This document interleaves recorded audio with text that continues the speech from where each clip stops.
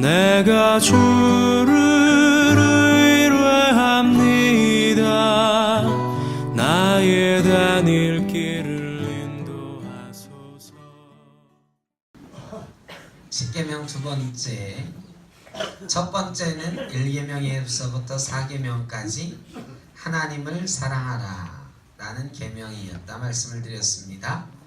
두 번째는 내 이웃을 사랑하라, 사람을 사랑하라, 사람에 관한 계명입니다.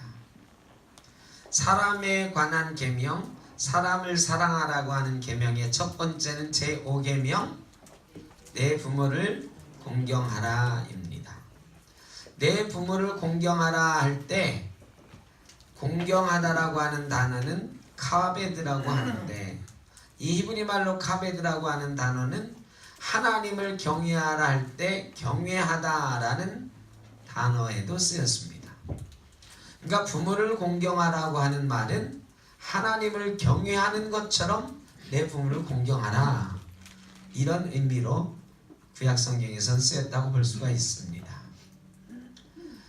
사람을 사랑하라는 것 중에 맨 첫 번째가 부모를 사랑하라, 부모를 공경하라 라는 것은 사람 사랑하는 거에 제일 처음이 부모님을 사랑하는 것이다 라는 거겠죠. 부모님도 사랑하지 못하면서 어떻게 다른 사람을 사랑할 수 있겠느냐. 여러분 부모님 사랑하시죠? 부모님이 안 계셔도 사랑하시죠? 부모님 안 계시다고 사랑은 없어졌나요? 그건 아니지요. 효도는 천국에 가 계신 부모님께도 효도하는 마음으로, 사랑하는 마음으로, 그래서 가끔 성묘도 가고 추도 예배도 드리고 하는 것이지요. 우리가 부모님을 다 사랑하지요. 그래서 부모님 사랑하는 것처럼 이웃을 사랑하라. 부모도 사랑하지 못하면서 이웃을 어떻게 사랑하겠느냐라고 5계명으로 주신 거라고 생각을 합니다.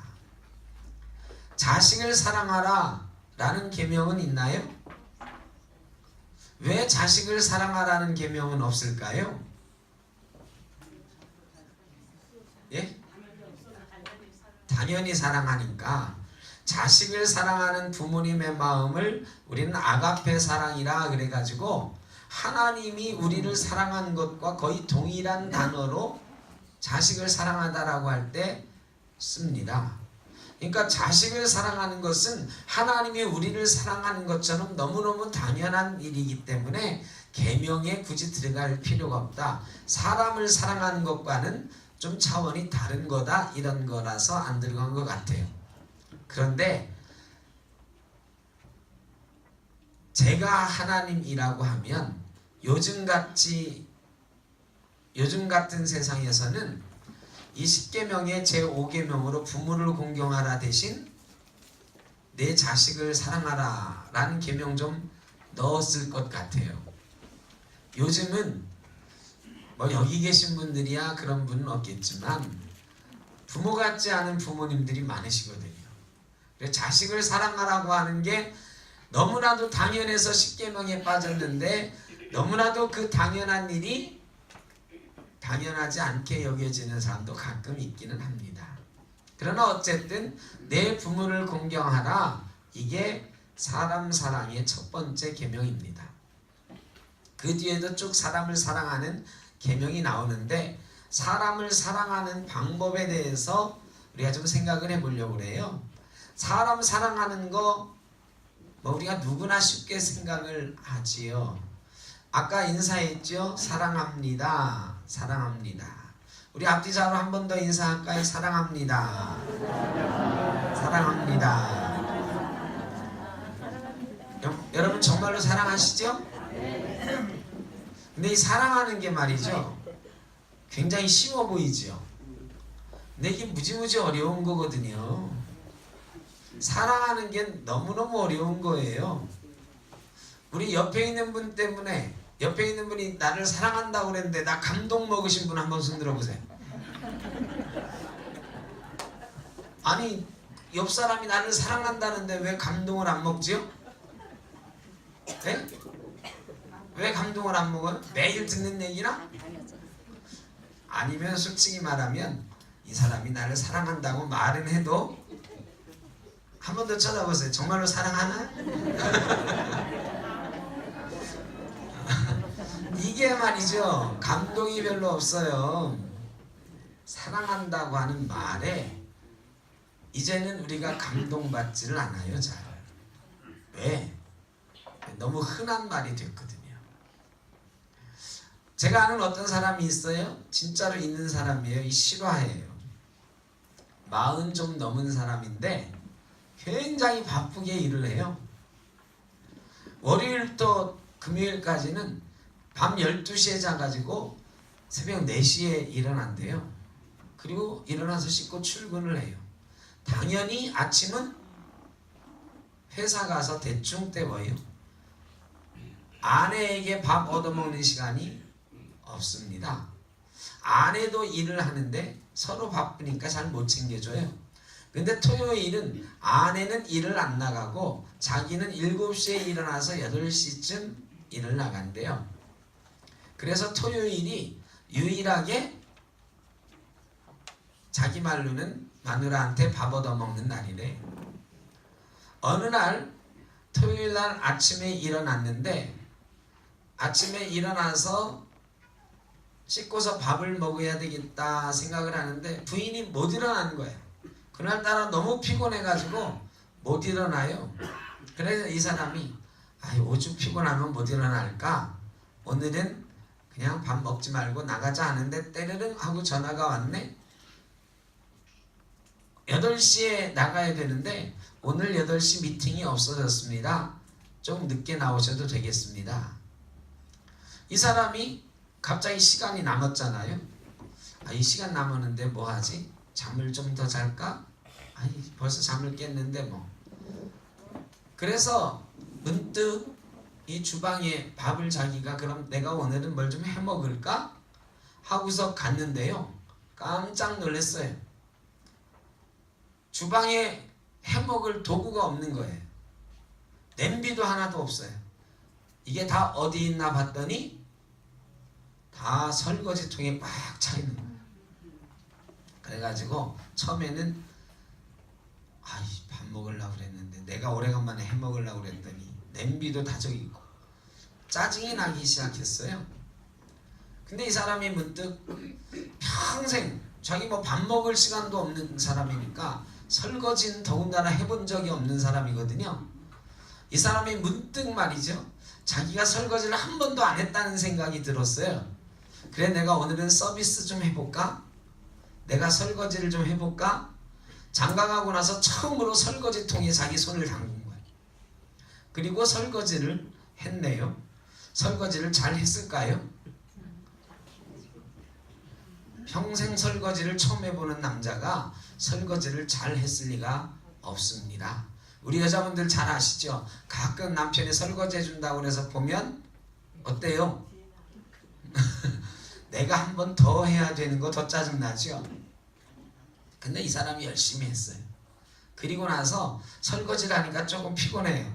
그래서 설거지 해놓고 잠이 들었네요. 근데 이 사람이 1시간쯤 더 자고 일어났는데 난리가 났어요. 부인이 막 난리가 났어요. 왜 난리가 났을까요? 설거지를 엉터리 일어나서 하다 말아서 이 부인이 말이죠. 막 세상에서 가장 행복한 얼굴로 남편에게 말을 하는 거예요. 당신이 오늘 나에게 해준 이 설거지가 당신이 나한테 장가 오고 나서 해준 선물 중에 제일 좋은 선물이라고. 제일 행복하다. 너무너무 행복하다. 설거지를 잘했을 리도 없는데 이 부인이 틀림없이 한 번 더 손을 봤을 것 같은데 가장 행복한 얼굴로 당신이 나에게 해준 것 중에 제일 좋은 선물이라. 한번 상황을 바꿔놓고 생각해보죠. 그 전날 금요일에 때르릉 하고 전화가 왔어요. 내일 일찍 안 나와도 됩니다. 얘기를 들었어요. 부인이 피곤해 죽겠대요. 근데 보니까 설거지통에 설거지가 가득 차 있어. 부인이 피곤해 죽으려고 하면서도 내일 아침 당신 밥 해주려면은 내가 설거지 해놓고 자야 되는데 하고 막 설거지하러 가는데 너무너무 안 돼 보였어요. 그래 이 남편이 설거지 그거 하지 마. 내가 내일 아침에 해줄게. 내가 내일 아침에 좀 늦게 가도 되거든. 내가 내일 아침에 해줄 테니까 그거 안 해도 돼. 마음 놓고 자. 부인이 아침에요 눈을 떴어요. 기분이 좋아서 눈을 떠. 오래 푹 잤거든. 왜? 남편이 설거지 해준다고 그랬거든요.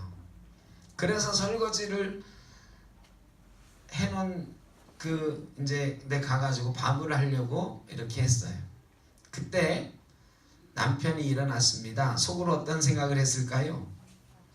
아침이 잘 차려 있겠지. 부인이 내가 설거지 해놔가지고 기분이 좋았겠지 하고서 일어났어요.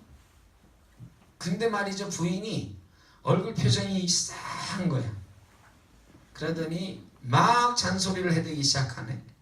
뭐라고 그랬을까요? 차라리 하지를 말지. 아니 이 정리도 엉터리를 내가 다시 다 꺼내가지고 처음부터 다시 해야 되네. 차라리 애초에 설거지통에 담겨 있었으면 내가 그냥 처음부터 했으면 더 쉬웠을걸. 괜히 여기저기 막 정리해놓으라고 막 수저는 수저통에 뭐 그릇은 뭐 어디에 이렇게 놨을 거 아니에요. 당시 해놓은 설거지거리 다 내가 다시 찾아가지고 다시 씻느라고 더 고생했다고.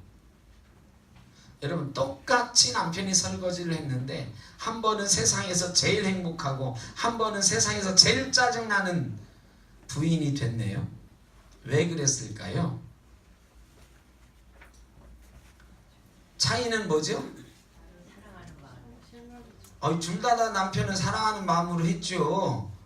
나 부인을 사랑해주는 마음으로 했지. 아니 내가 내일 해줄게 이 말을 해놓고 설거지할 때는 부인 사랑하는 마음이 하나도 없었을까요? 다 사랑하는 마음으로 했죠. 똑같은 마음으로 했어요 남편은. 그런데 돌아오는 대접은 하나는 세상에서 제일 행복하고 하나는 세상에서 제일 짜증나요. 왜 그럴까요? 차이는 예고를 했느냐 안 했느냐. 내가 해줄게 하고 예고를 했어요. 부인은 당연히 기대를 했겠죠. 남편이 설거지를 깨끗이 잘 해놨겠지 하고 딱 가서 보니까 여러분 기대는 남편이 설거지를 잘 해놨겠지 하고 기대하고 갔는데 어떻게 돼 있어요? 아니요. 이건 내가 다 다시 해야 되는 거예요. 여러분 그때는 남편에게 받은 사랑이 감동이 없는 거예요. 그런데 그냥 눈을 비비면서 아이고 설거지 해야지 하고 갔는데 설거지통이 텅 비어 있을 때는 이게 감동인 거예요. 예고가 없었거든요. 이게 실험한 것도 있어요. 실제로 예고하고서 선물을 줄 때와 예고하지 않고 선물을 줄 때 똑같이 선물을 줄 때 우리 뇌에서 나오는 호르몬 자체가 달라요. 사람을 즐겁고 행복하게 하는 도파민이라고 하는 호르몬이 있는데 이 도파민의 분비량이 달라요. 기대하지 않았던 선물을 받았을 때 이 도파민이 어마어마하게 막 쏟아지는 거예요. 똑같은 일을 당했는데 부인이 세상에서 제일 행복했던 이유는 기대하지 않았을 때 도파민이 막 쏟아져 나왔기 때문이에요. 여러분 사랑은 이 도파민이 나오게 하는 게 사랑이에요. 사랑은 말로 내가 사랑해, 다음에 선물해 줄게, 엄마 내가 얼마씩 용돈 줄게, 아빠 내가 얼마 용돈 드릴게 이렇게 하고 나서 하면 똑같이 50만원 용돈 드려도 별로 이게 지가 50만원 줘봐야 뭐 이렇게 미리 생각을 부모님들이 하는 거예요. 고맙긴 하지만 그래서 사랑은 예고 없이 말로 하는 게 아니라 예고 없이 행동을 하는 거예요. 평생 부모님한테 선물 한 번 안 했던 자식이 어느 날 조그마한 뭐 하나 사와가지고 아버지 어머니 내가 어제 월급 받는 날이었는데 여태까지 월급 받아가지고 부모님 선물도 하나도 못했는데 내가 오늘은 선물 하나 사왔어요 하고 내놔보세요. 야 우리 아들이 평생 처음으로 나한테 선물을 다 하네. 기대하지 않았던 선물을 받는 순간이요 막 뇌에서 도파민이 쏟아지는 거예요. 행복한 거예요. 사랑은요, 미리 말로 하는 게 아니에요. 말 없이 행동으로 하는 거예요. 사랑은 말 없이 행동으로. 말로 미리 다 선수 쳐버리면 그 말로 가졌던 기대를 채우기가 쉽지 않아요. 어머니 내가 효도할게요. 앞으로 꼬박꼬박 용돈 50만 원씩 드릴게요. 처음에 들었을 때 기분이 어머님이 좋아요. 근데 50만 원씩 매달 드리다가 어떤 날 한 달 못 드려보세요. 그러면은 야 10달 줬는데 한 달 못 줬으니까 괜찮아 이런 마음이 클까요? 속으로 이번 달은 왜 용돈 안 주지? 이 마음이 클까요?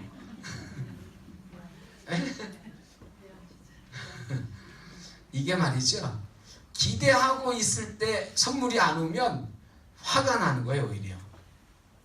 그러니까 사랑은요, 상대방에 감동을 주는 거거든요. 감동을 주려면 말로 하지 말고 행동을 해야 돼. 우리 성도들끼리도 마찬가지예요. 사랑합니다 인사 매일 하는 걸로는 아까 말했죠. 아까 사랑합니다 소리 듣고 감동받으신 분? 하나도 없다니까요. 근데 어느 날 뚝뚝하던 어떤 분이 말이죠. 갑자기 뒤에 가지고 살짝 나를 안아주면서 사랑해 해보세요. 이 사람 웬일이야 징그러워 죽겠네. 이럴 것 같지만 사랑이 느껴져요. 사랑은 말로 하는 게 아니라 느낌으로 하는. 성경에서 지금 우리에게 사랑하라고 말씀하고 있거든요. 첫 번째는 느낌으로 하는 사랑, 행동으로 하는 사랑, 예고 없이 하는 사랑. 제가 그게 우리의 사랑하는 방법이라 말씀을 드렸고요. 두 번째는요. 자, 6계명부터 그 다음 계명으로 말씀을 드리려고 그래요. 자, 6계명은 뭐죠? 살인하지 말라. 7계명은 간음하지 말라. 8계명은 도둑질하지 말라. 9계명은 거짓 증거하지 말라. 자, 여러분, 이웃을 사랑하라는 것에 대한 계명들이거든요. 근데 이웃을 사랑하라고 하는 계명인데 좀 끔찍한 얘기들만 써있네. 사랑하지 말라, 아니 살인하지 말라, 간음하지 말라, 도둑질하지 말라. 여러분 이거 사랑하고는 조금 먼 얘기 같잖아요, 그죠? 사랑은 좀 아름다운 언어들로 돼 있어야지. 웬 살인, 간음, 도둑질. 내 이웃에게 좋은 말 좀 해줘라. 내 이웃을 좀 배려해라. 내 이웃에게 좀 나누어줘라. 가난한 사람들에게 먹을 것을 줘라. 이런 계명일 것 같잖아요, 사랑하라고 하는 거. 그런데 너무너무 당연한 이야기, 살인하지 말라, 간음하지 말라, 도둑질하지 말라, 거짓 증거하지 말라, 하지 말라. 왜 이런 계명이 있을까요? 이게 어떻게 이웃을 사랑하라는 말씀일까요? 여기에 비밀이 있다. 하나님께서 사람과 사람이 사랑할 때에는 뭐가 필요하다고 말씀하시는 거냐면 질서가 필요하다 말씀을 하시는 거예요. 이건 다 질서에 관한 말씀들이거든요. 살인하지 말라, 사람의 생명을 존중하는 창조의 질서를 보존하라는 거거든요. 간음하지 말라, 하나님께 세우신 가정의 질서를 지키라, 성윤리의 질서를 지키라는 거거든요. 도둑질하지 말라, 사유재산을 하나님께서 인정하셨어요. 상대방의 물건을 훔치지 말라, 상대방의 손해를 끼치지 말라. 요즘은 기술, 지식, 정보 이런 것도 훔치지 말라는 거예요. 이런 것들이 바로 사람과 사람 사이의 관계에 관한 거예요. 거짓 증거하지 말라, 참되고 옳은 행동을 하라는 거예요. 여러분, 질서 안에서 관계가 이루어져야 사랑이 있을 수 있다는 거예요. 우리는 가끔요, 내 이웃을 사랑하라고 할 때 내가 이웃에게 무엇을 해줄까를 먼저 생각해요. 자, 여러분 옆에 있는 분을 사랑하시죠? 사랑한다고 수도 없이 얘기했죠? 다시 한번 쳐다보세요. 자, 뭘 해줄 수 있어요? 옆에 있는 사람에게 뭘 해줄 수 있어요? 사랑한다며요. 사랑하면 뭘 해줘야 되잖아요. 예? 뭘 해주고 계세요? 자, 우리는 그렇게 생각하거든요. 사랑하니까 내가 뭘 해줘야지 이렇게 생각하거든요. 여기에 우리의 실패가 시작됩니다. 왜? 뭘 해주는 일은요 어려워요. 옆에 있는 사람한테 여러분 뭘 해줄 수 있어요? 아, 기도해줘야지. 대단히 죄송합니다만 일주일 동안 옆에 있는 사람을 위해서 하루에 한 번씩 기도하신 분, 지금 바로 옆에 앉은 분을 위해서, 이성용 장로님, 안혁지 장로를 위해서 10번 정도 기도하셨어요? 네? 아, 그거 말고 안 장로님한테 매일 사랑한다고 말씀하시잖아요. 응? 사랑하면 뭘 좀 해줘야지. 안 장로님은 이 장로님을 위해서 기도하셨나요? 이게요, 사랑하면 뭘 해줘야 되는데 죄송하지만 뭘 해줄 게 별로 없어요. 하는 게 어려워요. 이게 우리의 착각이고 실패의 원인이에요. 성경은요, 뭘 해주라고 말씀하지 않고 지금 뭐라고 말씀하고 있냐면 뭘 하지 말라고 얘기하고 계시는 거예요. 사람과 사람 사이의 사랑은요, 뭐를 하지 않는 것에서 시작되는 거예요. 사람과 사람 사이의 관계에서는 어떤 질서를 깨뜨리지 않는 것에서부터 사랑이 시작된다, 하나님은 말씀하고 계시는 거예요. 여러분, 이거를 우리가 모르니까 사랑 못하는 거예요. 자꾸 사랑한다 말하면서 상대방에게는 아무것도 안 해줘요?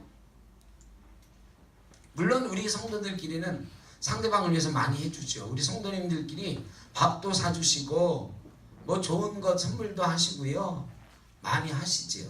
그런데요, 한번 생각해 보세요. 내가 상대방에 무엇을 받았어요. 내가 100번 밥을 얻어먹었어.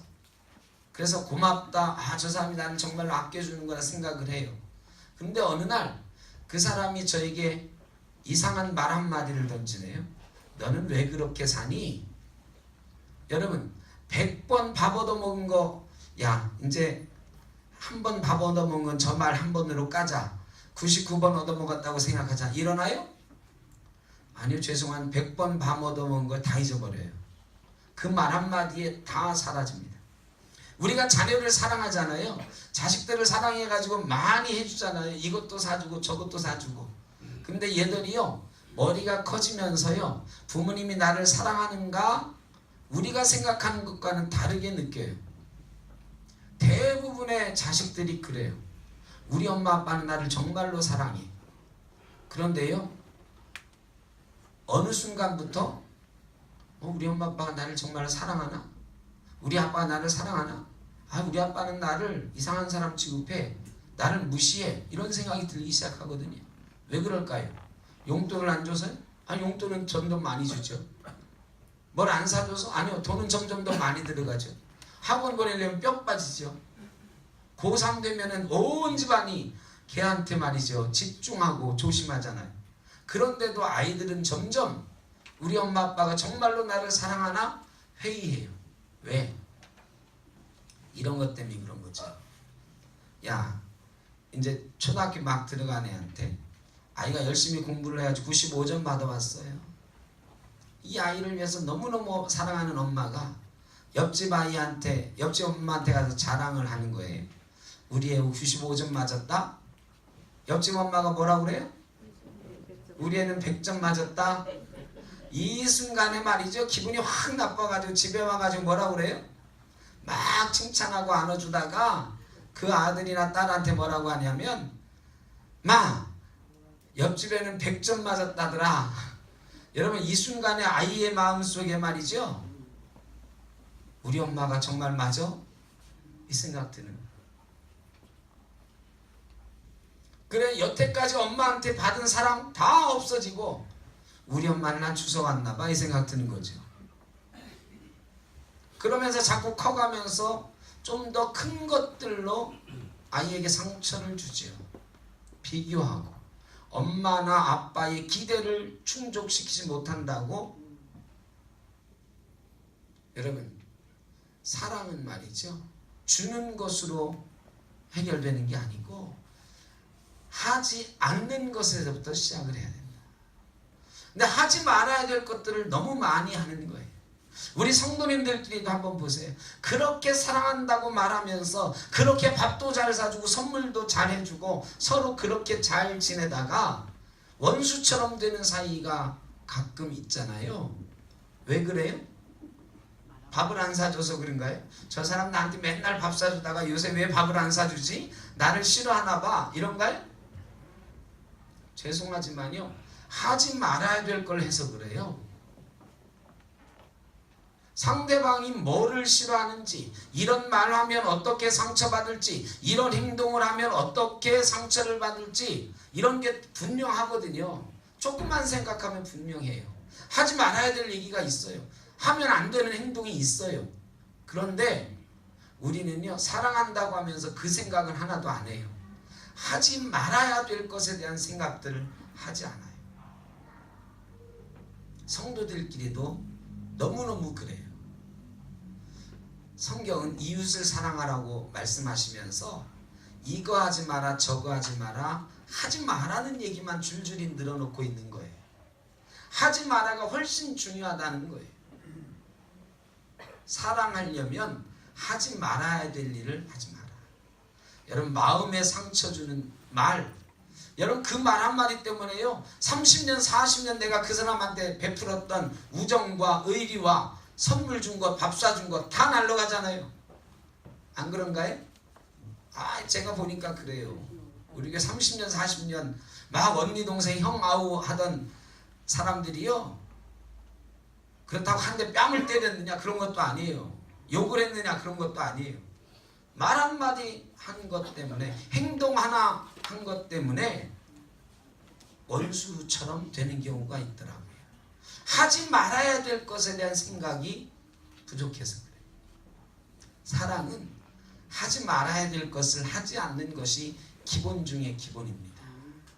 이것을 우리는 배려라고 하는 거죠. 상대방의 마음을 배려하는 것. 사랑은 상대방 마음에 상처 주는 것, 이거 하지 않는 것, 이게 사랑의 기본이다. 성경은 얘기하고 있는 거예요.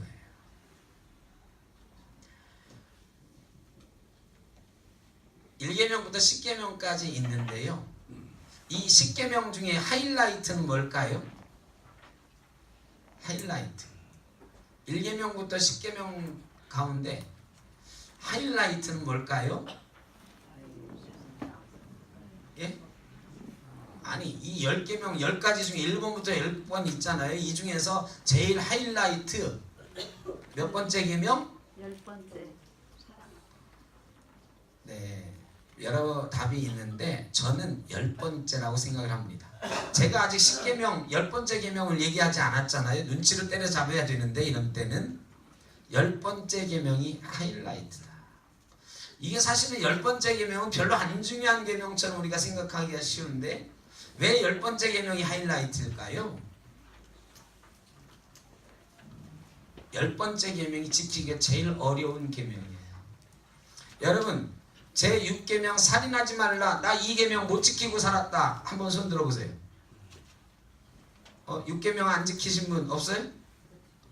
안영수 권사님 손 들었는데, 그럼 안영수 권사님 살인 한번 해보셨어요? 많이 죽겠죠?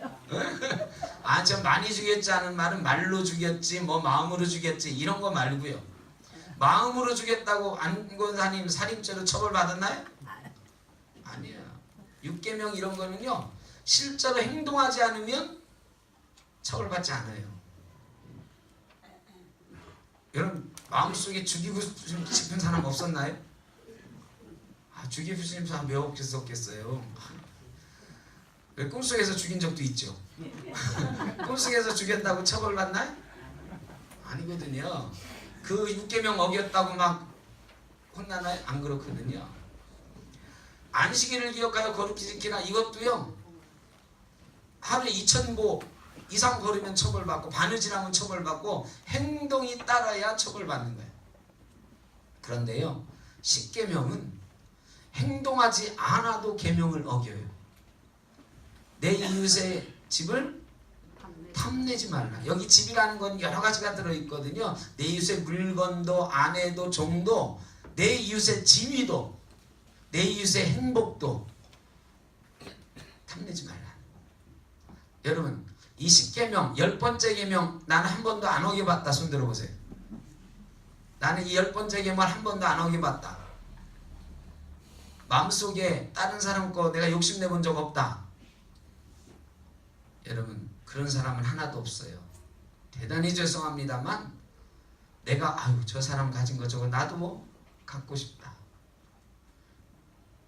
회사에서 같이 막 일하다가 누가 승진했어요. 아이 내가 먼저 가야 되는데 이런 생각 안 해본 사람 없어요. 여러분 다른 사람의 것을 마음에 탐내지 않아 본 적 그런 사람은 세상에 없다. 저는 그렇게 생각합니다. 욕심 없는 사람이 어디 있어요. 그러니까 이 10번째 계명이 너무너무 힘든 거죠. 다른 거는요 행동해야 죄가 되거나 행동 안 하면 죄가 되는데 이거는 마음으로 품으면 죄가 되는 거예요. 예수님이 그러셨잖아요. 누구든지 다른 여인을 보고 음란한 마음을 품는 자마다 간음한 자니라. 예수님도 그러셔서 마음을 품기만 하면 간음의 죄를 범하는 거다. 그런데 10계명을 한 수를 더 떠서요. 어떤 것에 대해서 탐내는 마음을 갖는 것마다 죄다. 여러분 마음에 대한 계명이 하나 있어요.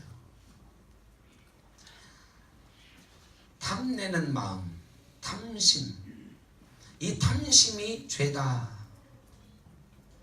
이게 성경에서 분명히 말씀하고 있어요. 야고보서 1장 15절에 보면 욕심이 잉태한 즉 죄를 낳는다 그랬어요. 이 탐심, 욕심 이게 죄의 근원이라고 성경은 말씀하고 있고 10계명에서도 욕심 부리는 것이 죄라고 말씀하고 있는 거예요. 그래서 이 10계명 중에 제일 하이라이트, 제일 어려운 계명은 10계명, 10번째 계명이에요. 근데 어렵기만 하느냐? 중요하기도 하다. 마음의 탐심은요 하나님과 우리와의 관계를 깨뜨립니다. 이 탐심이 죄를 낳는다고 그랬거든요. 욕심이 죄를 낳는다고. 그런데 욕심이요 하나님과 우리 사이의 관계를 깨뜨리는 원인이 되는 거예요. 욕심이 나와 부모님과의 관계를 깨뜨리고요 나와 다른 사람의 관계를 깨뜨려요. 그래서 1계명부터 9계명까지를 안 지키게 되는 원인이 어디에 있느냐? 이 10번째 계명에 있어요. 그래서 이 10번째 계명을 마지막으로 하나님이 두신 거죠. 첫 번째 두지 않은 이유가 뭘까요? 첫 번째 두시면 아무도 지킬 사람이 없어요. 마음의 계명을 첫 번째에 두면 나는 사람의 외모를 보지 않고 마음의 중심을 본다. 하나님 그러셨거든요. 마음의 중심을 하나님이 보시면 우리 욕심으로 가득 차 있거든요.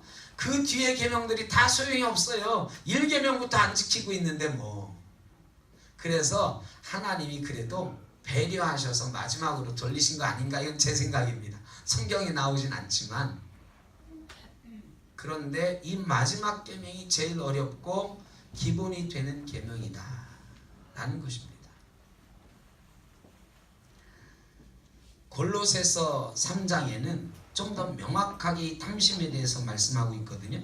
골로새 3장 5절에 그러므로 땅에 있는 지체를 죽이라 곧 음란과 부정과 사욕과 악한 정욕과 탐심이니 탐심은 우상숭배니라 그랬어요.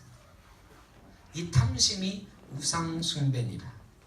이것들로 말미암아 하나님의 진노가 임하느니라. 탐심으로 말미암아 하나님의 진노가 임해요. 탐심은 우상숭배. 여러분 옷장에 옷걸이들이 많이 있죠.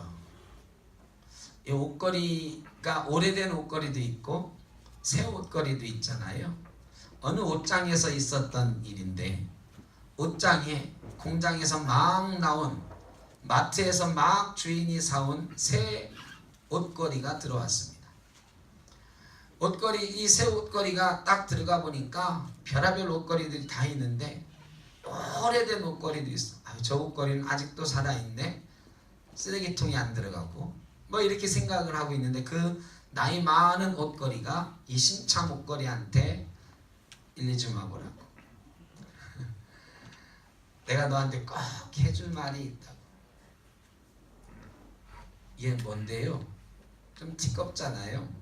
이제 곧 쓰레기장에 갈 이 다 낡아 빠진 옷걸이가 뭘 해줄 말이 있다. 나는 이렇게 삐까뻔쩍 주인의 사랑을 받는 옷걸이인데 내 옷걸이가 딱 한마디 해줄 말이 있다. 뭐라고 하느냐면 너는 옷걸이라는 것을 잊지 마라. 아니, 들어보니까 웃겨요. 내가 옷걸이지 그럼. 그러더니 이 나이 많은 옷걸이가 또 말하는 거야. 내가 다시 한번 말하는데 너는 옷걸이라는 걸 잊지 마라. 아니 그게 무슨 말씀이세요? 내가 옷걸이지 그럼 옷걸이 아닐까 봐요? 아니다. 가끔 어떤 옷걸이 중에는 지가 옷걸이인 걸 잊어버리고 지가 비싼 옷을 걸치면 지가 비싼 줄 알고 다른 옷걸이들을 무시하는 옷걸이가 있더라. 여러분 무스탕 아니면 가죽옷 이런 거 걸치면 비싼 옷걸이 좋은 옷걸이가 되고 셔츠 하나 걸쳐놓은 옷걸이는 현찮은 옷걸이고 그런가요? 다 옷걸이지. 보잘것없는 옷걸이. 언젠가는 버려질 옷걸이. 우리는 옷걸이 같은 존재입니다. 그저 하나님이 만드신 피조물이고요. 더 정확히 말하면 죄로 인해서 죽을 수밖에 없었던 죄인들이에요. 오늘 사순절 첫 번째 주일인데 예수 그리스도께서 이 땅에 오시지 않았다면, 하나님이 이 땅에 오시지 않았다면, 그 놀라운 일을, 우리의 기대와는 전혀 상관없었던 그 감동적인 일을 하시지 않았다면 저와 여러분은 죽을 수밖에 없는 죄인에 불과해요. 근데 예수 그리스도께서 이 땅에 오셨어요. 하나님이 이 땅에 오셨어요. 그것도 십자가 지고 죽기 위해서 이 땅에 오셨어요. 우리가 기대했던 건 아니에요. 기대할 수도 없었던 일이에요.